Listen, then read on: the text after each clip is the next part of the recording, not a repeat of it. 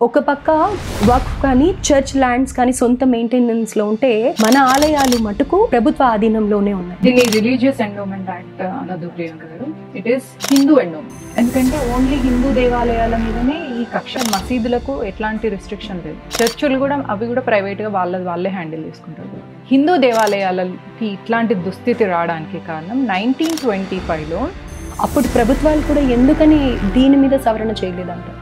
అయితే ఇక్కడ కాంగ్రెస్ ప్రభుత్వంని ఒక్కటే అనుకోవాలంటారా, లేకపోతే తర్వాత ఎన్నోసార్లు బీజేపీ వచ్చిన తర్వాత కూడా దీని మీద ఏదో ఒక నిర్ణయం తీసుకుంటాము అని అనేక సందర్భాల్లో చెప్పినప్పటికీ కూడా ఎందుకని నిలబెట్టుకోలేకపోతుందంటారు?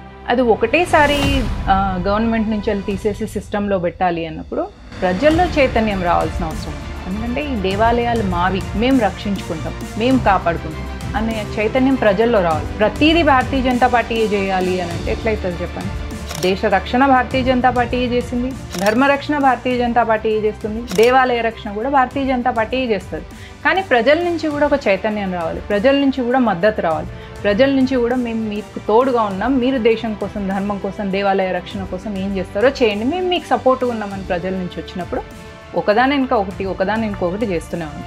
నమాజ్ చేసుకున్నంత మాత్రాన మీ ల్యాండ్ వక్ఫ్ది అయిపోతుంది అని అనుకునే దౌర్జన్యపు చట్టాలు తెచ్చిన ఈ కాంగ్రెస్ హిందువుల కోసం ఏం న్యాయం చేస్తుంది? చెయ్యదు.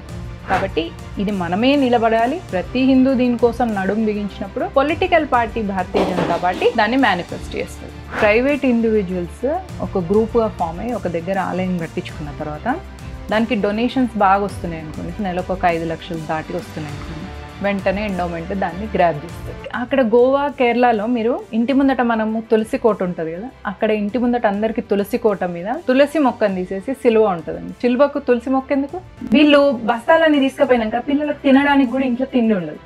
ఆకలితో ఒక వారం రోజులు ఏడుస్తూ ఉన్నారు అనుకోండి, ఉన్నప్పుడు ఒక పాస్టర్ వస్తాడు సిలువ పట్టుకొని వచ్చి, నీకు యేసు ప్రభువు బియ్యం బస్తా ఇచ్చి ఉన్నాడు కాబట్టి జనార్దన్, ఈ రోజు నుంచి నీ పేరు జాన్సన్ అన్నాడు అనుకో. వాడు తెల్లారి నుంచి వెళ్ళి జనార్దన్ పేరు తీసేసి జాన్సన్ అని చెప్పుకుంటాడు. అట్లా మతం మారిన వాళ్ళు ఈ క్రిస్టియన్స్ అంటారు. జనార్దన్ జాన్సన్ అయింది, రామ్ రాబర్ట్ అయింది, పృథ్వీ పీటర్ అయింది. సో వాక్యాజేషన్ అక్కడ ఎక్కడో కేరళలో ఎందుకు, ఇక్కడ మన ఆంధ్రాలో కూడా సగానికి సగం అంతా కూడా మారిపోతూనే ఉన్నారు. అది చూస్తూనే ఉన్నాం కళ.